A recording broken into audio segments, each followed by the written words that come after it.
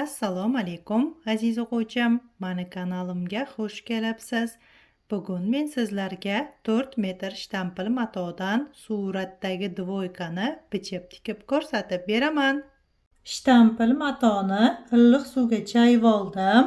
Undan keyin mana shunaqangi qalin turbaga yoyib, salqin joyda quritib oldim.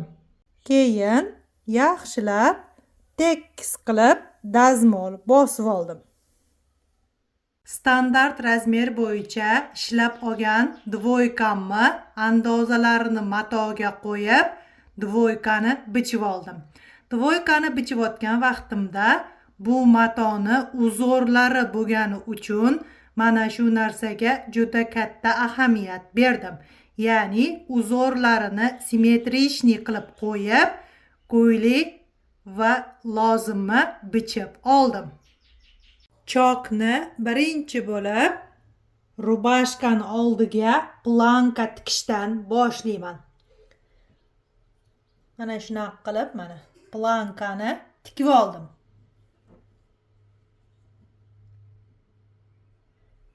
Qaranglar qizlar, uzorlariga ahamiyat beringlar.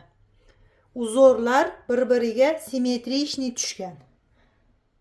Ko'rdinglar-a? Mana shunaqa qilib oldini tikib tayyorlab olganimdan keyin endi orqasini tikaman. Orqani, kaketkasini va gavdasini bir-biriga qo'shib mana shunaqa qilib tikib oldim. Rubashkani oldi va orqasini bir-biriga qo'shib yelkasini tikib oldim va dazmol bosib oldim. Endi yengini tikaman. Rubashkani yengini birinchi qo'lchog'ida tikib olib, keyin mashina bilan tikib oldim. Endi bokovoyini tikaman.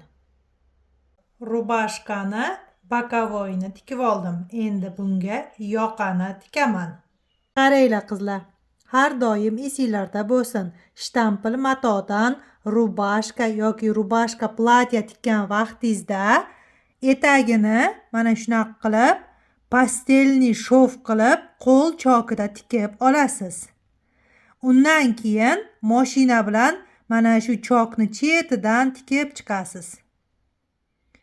Shtampil matodan bunaqangi eteklarni overlock qilib qaytarib tikib qo'yishga bo'lmaydi qizlar. Ipi chiqib ketadi. Shunaqa bo'lmasligi uchun mana shunaqa qilib erinmasdan qo'l chokida tikib olasiz. Dazmol bosib olasiz. Undan keyin mashinani chokida tikib chiqasiz. Shunda mana shu etagi chiroyli bo'lib chiqadi. Buralib ketmasdan to'g'ri bo'lib chiqadi.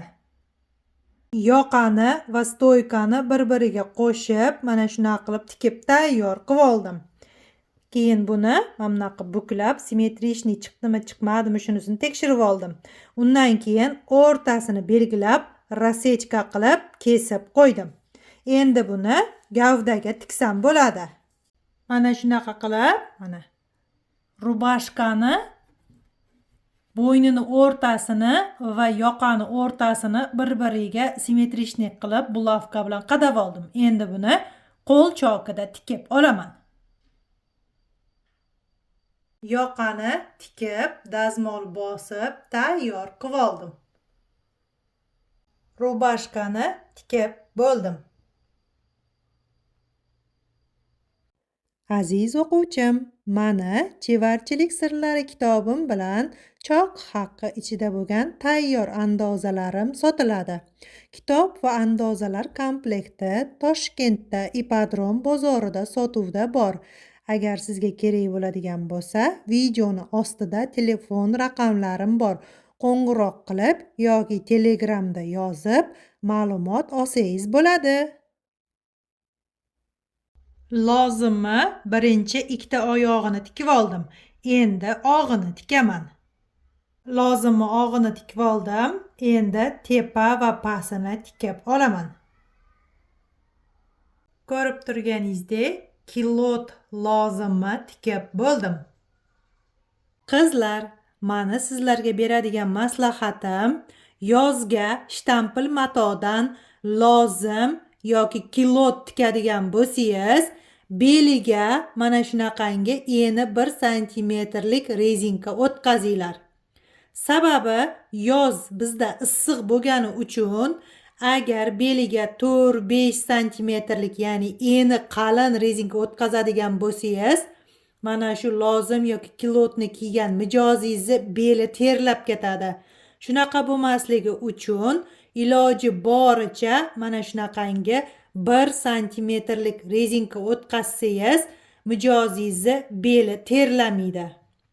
Bu melochovka bo'lishi mumkin, lekin juda katta ahamiyat kasb etadigan narsa. Ko'rib turganingizdek, rubashka bilan kilotni tikib bo'ldim. Darsim yoqqan bo'lsa, like bosib, kommentariy yozib ketinglar.